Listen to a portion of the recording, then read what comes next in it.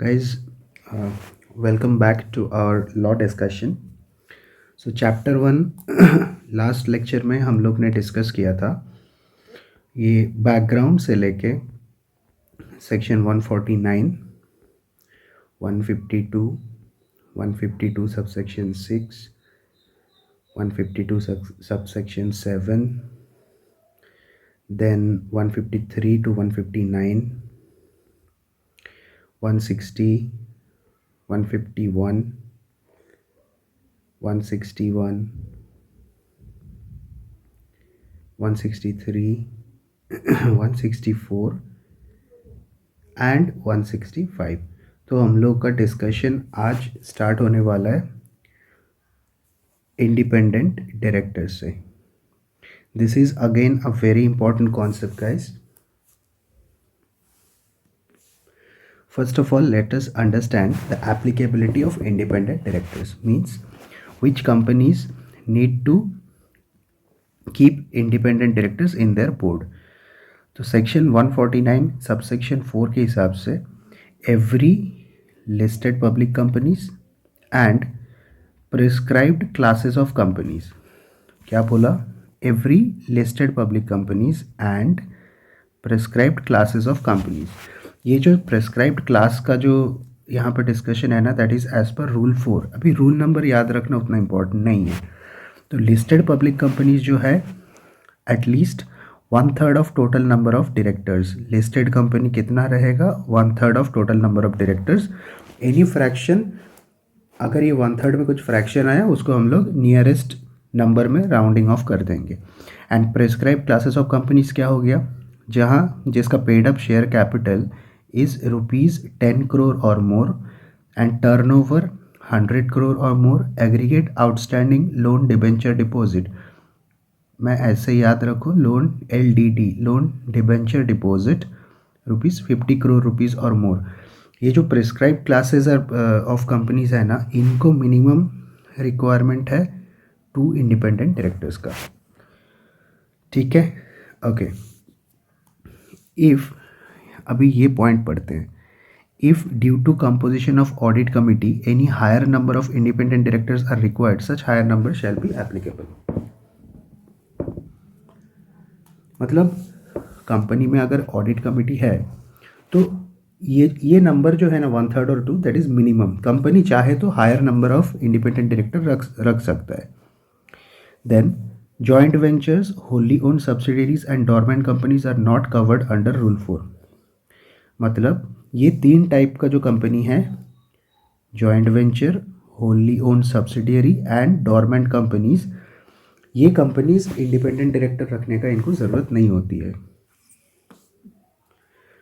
देखो, next point is a company is not required to appoint independent director if it ceases the criteria for 3 consecutive financial years.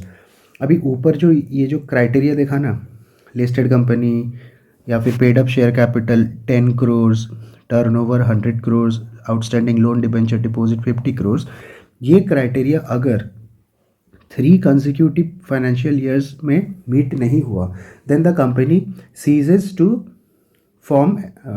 To keep independent directors. अभी independent directors 3 type का company है जो exempt है। These companies are means these companies are exempted from the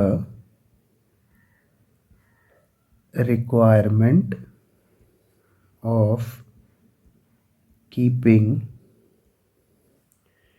independent directors on its board of directors. इनको कोई requirement नहीं है। कौन कौन सा है?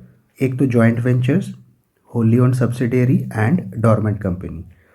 ठीक है, अभी section 149 subsection 6, eligibility of independent directors. ये जो एलिजिबिलिटी वाला जो पॉइंट है ये भी बहुत इंपॉर्टेंट है, एलिजिबिलिटी ऑफ इंडिपेंडेंट डायरेक्टर्स। देखो, in the opinion of board of directors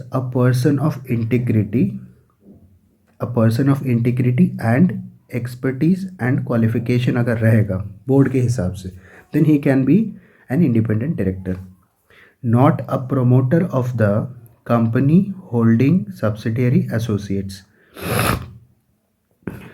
He is not a promoter of the company holding subsidiary associates or not related to any promoter or director of company holding subsidiary associates. ठीक है. Then third point is who has or had no pecuniary relationship. No pecuniary relationship. अभी pecuniary relationship का मतलब क्या है? Monetary relationship. ये point में क्या है देखो, who has no pecuniary relationship और having transactions not exceeding 10%. Transactions not exceeding 10% of his total income with again company holding subsidiary associates any promoter or director in 2 preceding financial years plus current year. अभी ये जो point है, this point is not applicable to a government company subject to 137 and 92. 137 financial statement, 92 annual return to ROC. यहाँ पे एक special point है, transactions in ordinary course and ALP. देखो, ordinary course transactions and arms length price are not considered. Reimbursement of expenses are not covered. ये जो पिक्यूनियरी relationship है ना, इसमें कोई भी ट्रांजैक्शन जो ऑर्डिनरी कोर्स ऑफ बिजनेस में है and at arm's length price are not considered and reimbursement of any expenses are also not covered. Next is none of whose relatives is related to company holding subsidiary associates in 2 preceding financial years and in current year, but the relative can hold security up to 50 lakh notional value or 2% of paid up share capital, whichever is obviously बोलो whichever is lower. अभी ये जो point है ना, this is specifically for the relatives. ठीक है. अभी the relatives can hold securities up to 50 lakhs और 2% of paid up share capital whichever is lower. अभी जो 50 lakhs है ना, ये नोशनल वैल्यू है. Second is the relatives is indebted to company holding subsidiary associates in 2 preceding financial year and current financial year, but sorry, up to rupees 50 lakh is allowed. Third point is the company has given any guarantee or security to whose relative of the persons has given guarantee security to company holding subsidiary associates in 2 preceding financial year and in current financial year, but again 50 lakh तक का guarantee security is allowed. Then the last point is the relatives has no other pecuniary relation with the company holding subsidiary associates not in excess 2% or more of 2% or more of total income or turnover. मतलब up to 2% allowed. तो relatives का देखो, relatives में 4 point आ गया. एक, related to company holding subsidiary associates, relatives can hold 50 lakhs or 2% paid up share capital, whichever is lower. Relatives can be indebted to company holding subsidiary associates up to 50 lakhs. Relatives can give guarantee security not in excess 50 lakhs. Relatives has no other pecuniary relation with company holding subsidiary associates not in excess of 2% or more of total income or turnover. So basically ये 4 point आप लोगों को याद रखना होगा as far as relatives are concerned. Then fifth point is neither himself or relatives neither himself or relatives. अभी क्या है, not employee key managerial personnel in the company holding subsidiary associates in 3 preceding financial years, but relative can be an employee. मतलब ये allowed है, relative employ हो सकता है. Next is not equals to, मतलब he himself or his relatives not an employee proprietor partner in 3 preceding financial years in an audit firm, CS firm or firm of cost auditors. और देखो यहाँ पे जो audit firm, CS firm, cost auditor है ना, यहाँ पे कोई लिमिट नहीं है. But where he is a employ proprietor partner in any legal firm whose 10% or more turnover comes from company holding subsidiary associate. जहाँ पे लीगल फर्म का बात होगा वहाँ पे 10% और मोर वाला जो टर्नओवर क्राइटेरिया है, दैट इज़ ये केस में there is a limit. Third is where he or his relatives holds together with relatives 2% or more voting power of the company. Third point is 2% or more voting power of the company. देखो यहाँ पे ना holding subsidiary associate are not covered, only company. जो voting power है सिर्फ company में है. Fourth point is he neither himself और रिलेटिव इज अ CEO और डायरेक्टर इन एन NPO, ये पॉइंट है NPO का, that receives greater than equal to 25% of its receipts from company holding subsidiary associates, or the NPO holds greater than equal to 2% voting power in the company. So guys, यहाँ पे 4 point है. ये basically ये point है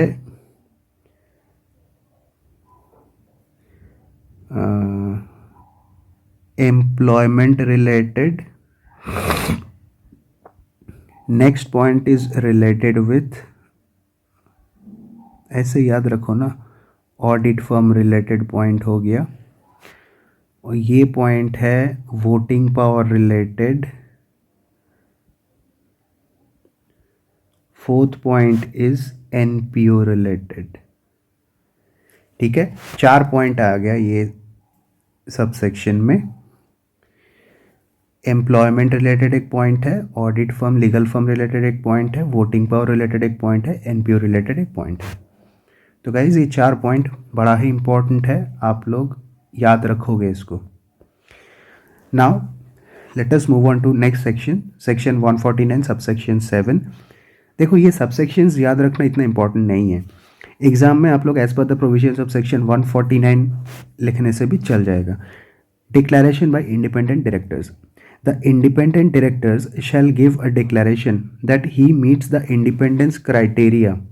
अभी यहाँ पे क्या बोल रहा है, independence criteria under section 149(6) at the first meeting after appointment, first meeting after appointment and first meeting after appointment and at every first board meeting of every year thereafter. ये डिक्लेरेशन उसको देना होगा.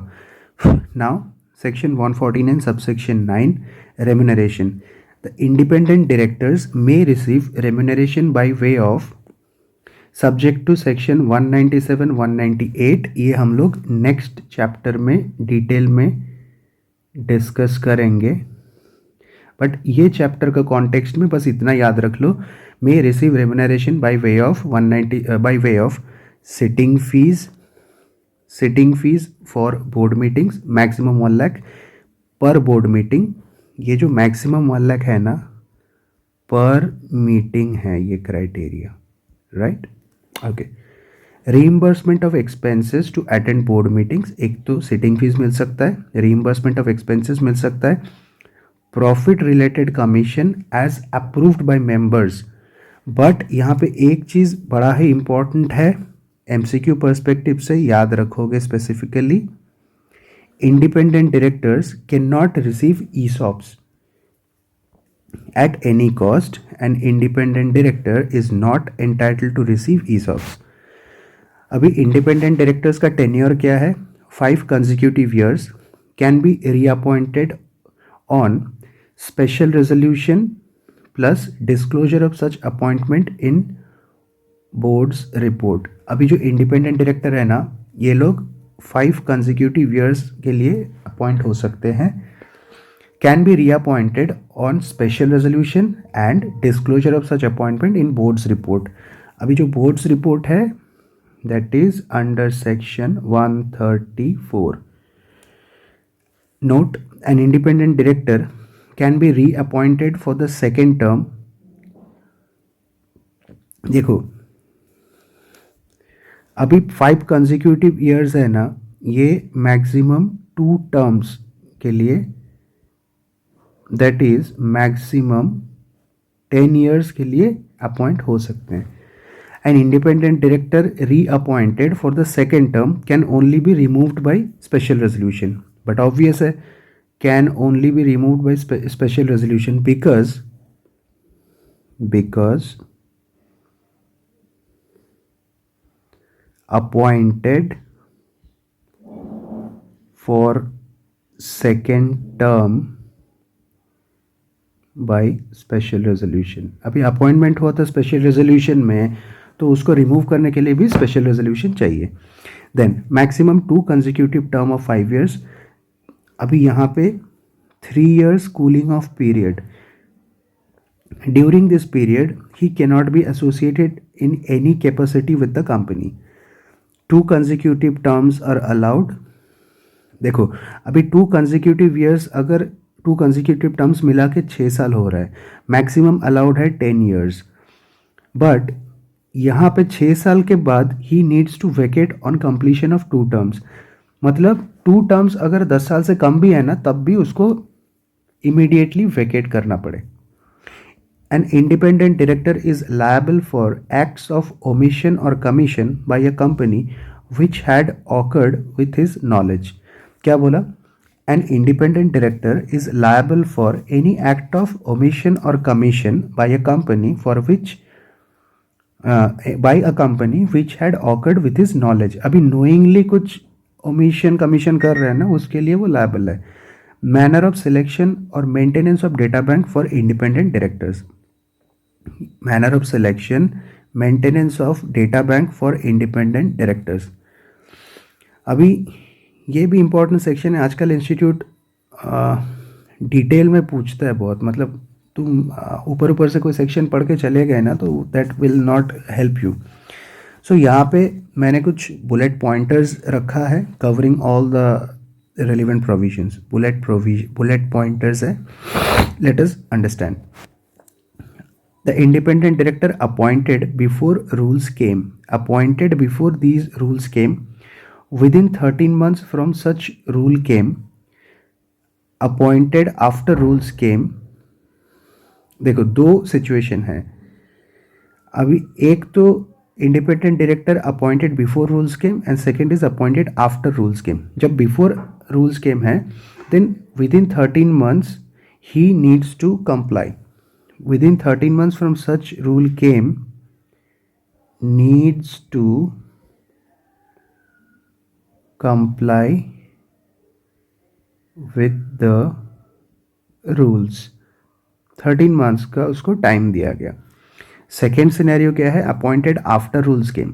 Before appointment apply online for inclusion of name in data bank.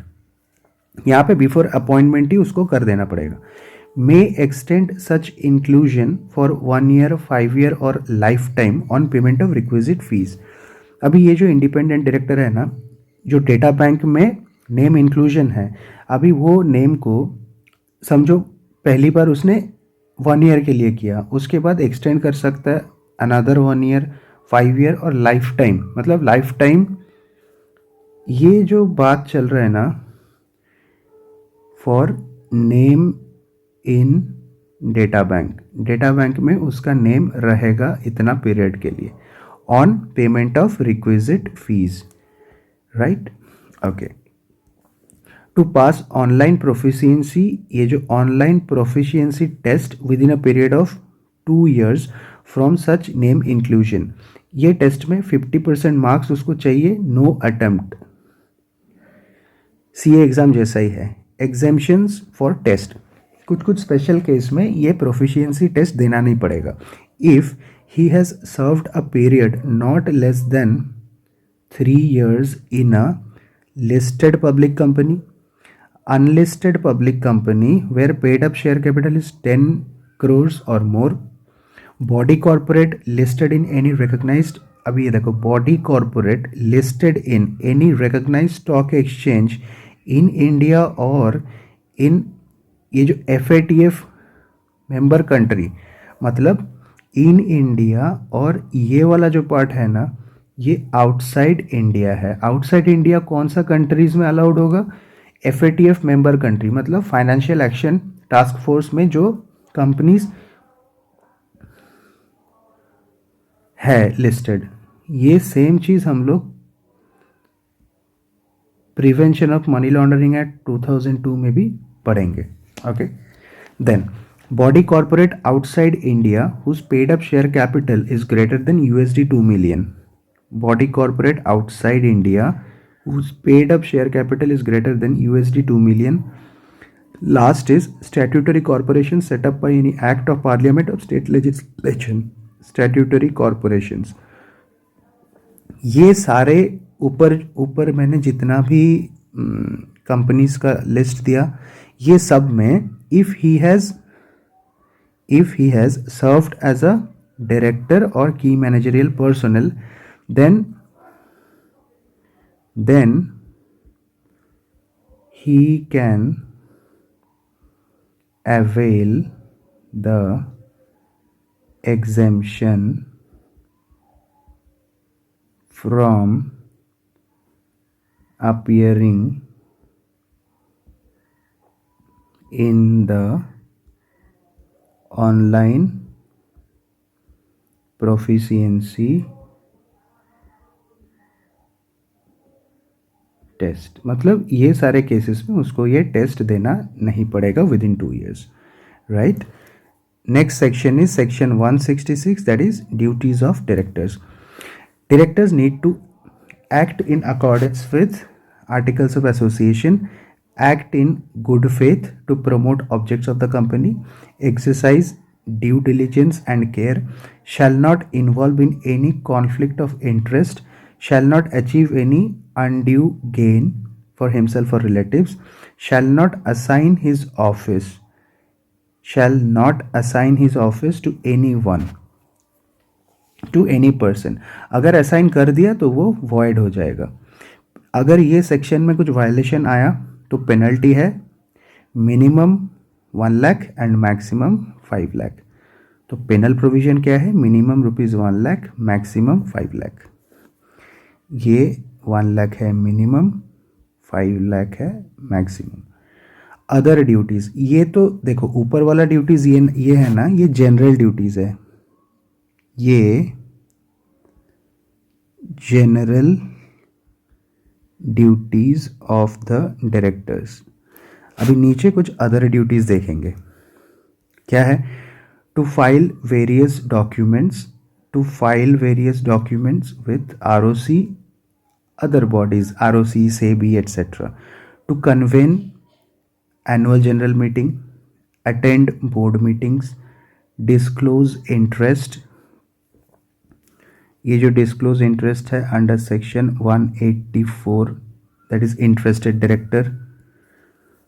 Then to approve annual financial statement, to approve boards report, to appoint first auditors. ये सारा board of directors के other duties में आते हैं। Then section 167, vacation of office by directors.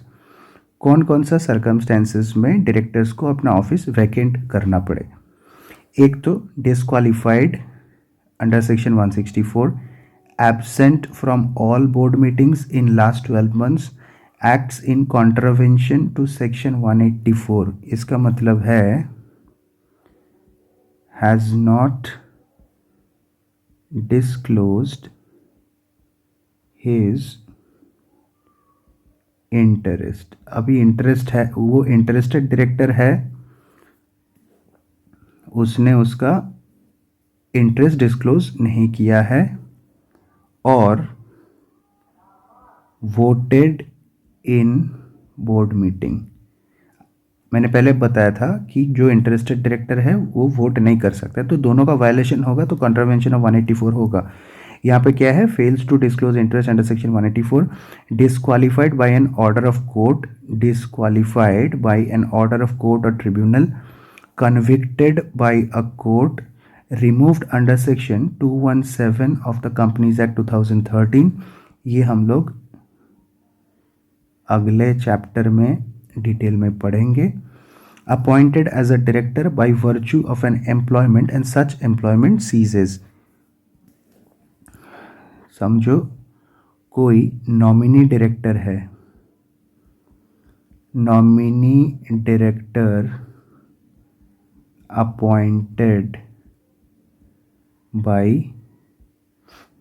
bank and he retired from the bank। समझो कोई एक person है जो बैंक में सीनियर ऑफिशियल है, तो बैंक ने क्या किया, एज ए नॉमिनी डायरेक्टर उसको कंपनी में नॉमिनी डायरेक्टर अपॉइंट किया।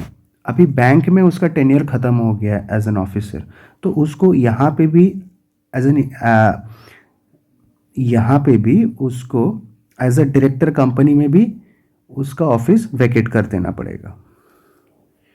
ठीक है, यहाँ पे क्या है, एम्प्लॉयमेंट सीजेस, ये वाला पार्ट याद रखो।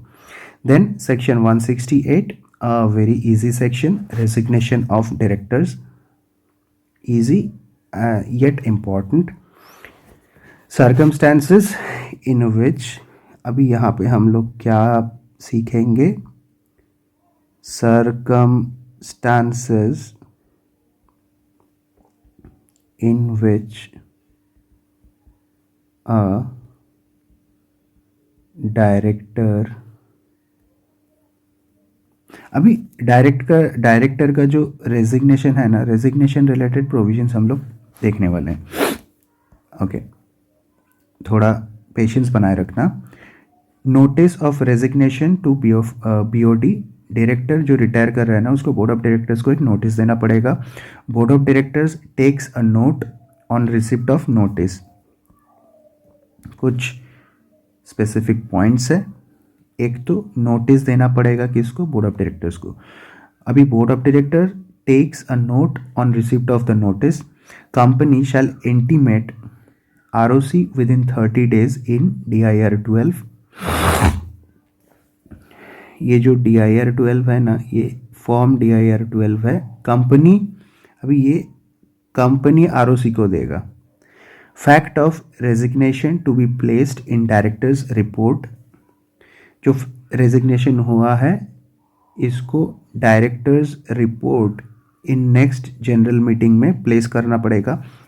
Director to forward copy of resignation to ROC with reason within 30 days in form DIR 11 with fees. ये वाला जो पार्ट है, दिस इज ऑप्शनल। मतलब डायरेक्टर जो ROC को फॉरवर्ड करेगा ना रेजिग्नेशन का DIR 11 में with in 30 days, this is optional. But company का जो पॉइंट है, ये company needs to mandatorily file with ROC। कोई डायरेक्टर रिजाइन करेगा ना, कंपनी को मैंडेटरीली 30 days के अंदर अंदर ROC को बताना पड़ेगा, बट डायरेक्टर बता भी सकता है, नहीं भी बता सकता है, that is optional. Effective date of registration, ये वाला पार्ट से मैक्सिमम टाइम क्वेश्चन पूछे जाते हैं। Date of receipt of notice and date of receipt of notice और date mentioned in notice whichever is later. तो ये हो गया effective date. Next point is removal of directors. मतलब ऐसा भी हो सकता है कि डायरेक्टर रिज़ाइन नहीं किया है, उसको शेयर होल्डर्स ने रिमूव किया है. अभी रिमूवल बाय ऑर्डिनरी रेजोल्यूशन हो सकता है, रिमूवल बाय स्पेशल रेजोल्यूशन हो सकता है. ऑर्डिनरी रेजोल्यूशन एक्सेप्ट ये दो केस में ऑर्डिनरी रेजोल्यूशन में नहीं होगा. डायरेक्टर अपॉइंटेड बाय ट्रिब्यूनल और प्रोपोर्शनल डायरेक्टर, ये दोनों केस में स्पेशल रेजोल्यूशन मैंडेटरी है. Then special resolution independent director reappointed for second term. ऊपर भी हम लोग ने देखा इंडिपेंडेंट डायरेक्टर सेकेंड टर्म उसको अगर रिमूव करना होगा तो स्पेशल रेजोल्यूशन चाहिए. एंड स्पेशल रेजोल्यूशन के केस में reasonable opportunity of being heard to the director must be given. Reasonable opportunity of being heard, इसको क्या बोले, reasonable opportunity of being heard at AGM. देखो ये रीजनेबल अपॉर्चुनिटी का exception है. This reasonable opportunity of being heard shall not be given if tribunal orders not to give reasonable opportunity of being heard to a director. Special notice by members. अभी removal के लिए members holding not less than 1% of total voting power, members holding not less than 1% of total voting power or holding not less than rupees 5 lakh notional value of shares at least. अभी जो ये जो notice देना पड़ेगा ना, at least 14 days before meeting, members at least 14 days before meeting shall give this notice to the company. Cannot be earlier than 3 months. Next is section 170, register of directors or key managerial personnel. Register of directors or key managerial personnel. So register of key managerial personnel and directors, this section is not applicable to government company where entire paid up share capital, ये point बड़ा ही important है. Entire pair देखो, this section is not applicable to a government company where entire paid up share capital held by central government, state government or central government or state government jointly. But this exemption is subject to section 137 and 92. That means financial statement and audit annual report file होना चाहिए ROC को. इसमें no default. ये दोनों section में अगर कोई default है तो ये एग्जेम्पशन नहीं मिलेगा गवर्नमेंट कंपनी को. अभी every company shall keep at its registered office क्या क्या रखना पड़ेगा, director identification number, name of the director, date of birth, father's name, residential address, nationality, occupation of the director, date of appointment, reappointment in the company, date of cessation of office with reasons, cessation of office with reasons, whether the director is a member of ICSI, that is Institute of Company Secretaries of India, if he is a CS, details of security held by them, details of security held. अभी ये सारा details वो register under section 160 under section 170 में maintain करना पड़ेगा registered office में. The company shall file DIR 12 within 30 days from appointment और removal of directors. ऊपर हम लोग ने जो देखा ना, कंपनी को डायरेक्टर का जब रिज़ाइन करता है, एक तो देखो रिमूवल के केस में और अपॉइंटमेंट के केस में the company has to file DIR 12 within 30 days to the, ये फाइल किसको करना पड़ेगा, to the registrar of companies, right. देखो नेक्स्ट सेक्शन हम लोग सीखने वाले हैं section 171, right to inspect of members during business hours.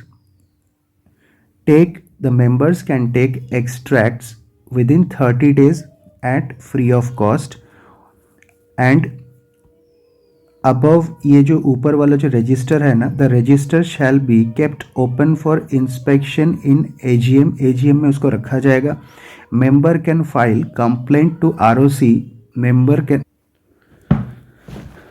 अभी ऊपर वाला जो रजिस्टर है उसको during business hours members can take extracts within 30 days at free of cost. ये एक पॉइंट हुआ. Then the register shall kept open for inspection at AGM. Member can file complaint to ROC if not available in business hours or extract not provided within 30 days, right? Section 172, this talks about general penalty for entire chapter. अभी entire chapter मतलब section 149 से लेके section 171 तक जितने भी provisions है ना, उसमें ये जनरल पेनल्टी एप्लीकेबल होगा. General penalty is applicable if the section does not mention any specific penalty. So if the section does not mention any specific penalty, then this general penalty section will apply. And this is very important as far as the MCQs are concerned. Company के case में minimum 50,000, minimum देखो पहला तो part है company, दूसरा part है officer. अभी यहाँ पे अगर कंपनी का केस देखते हैं, कंपनी के केस में मिनिमम 50,000 पेनल्टी है, मैक्सिमम 3 लाख पेनल्टी है. एंड कंटिन्यूइंग डिफॉल्ट के लिए ₹500 पर डे. ऑफिसर के केस में minimum 50,000, maximum 1 lakh, and continuing default के केस में 500 per day.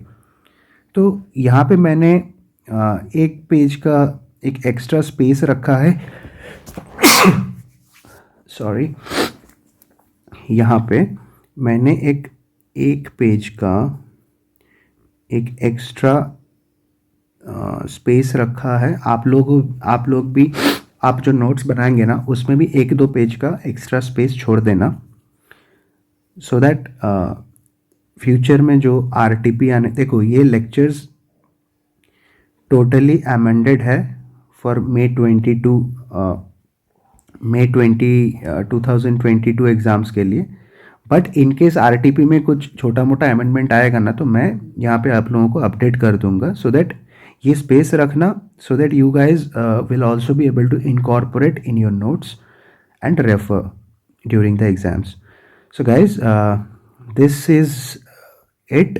we have completed entirely the first chapter, that is appointment and qualification of directors.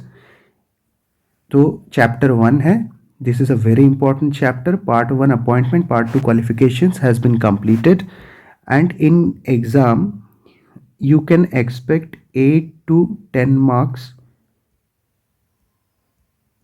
weightage in exam for this chapter. अभी ये 8 to 10 marks है ना, MCQ plus descriptive दोनों मिला के 8 से 10 मार्क का वेटेज है. So very important. इसके अगले वाले वीडियो में हम लोग स्टार्ट करेंगे अपना chapter number 2, that is meeting of board and its powers. Right guys, अच्छे से पढ़ाई कीजिए. देखो इंस्टीट्यूट आजकल लॉ का पेपर थोड़ा डिफ़िकल्ट पूछ रहे हैं, so study in detail and no need, आप लोगों को कोई ज़रूरत नहीं है बहुत ज़्यादा क्वेश्चन आंसर सॉल्व करने का, बिकॉज आजकल पुराने क्वेश्चंस एक भी एग्ज़ाम में रिपीट नहीं होते हैं. आप लोग एग्ज़ाम डे में ये प्रोविजंस बहुत माइन्यूटली अच्छे से पढ़ के जाना, you will be totally through. So guys, happy new year once again. अच्छे से पढ़ाई करो, मिलते हैं अगले वीडियो में.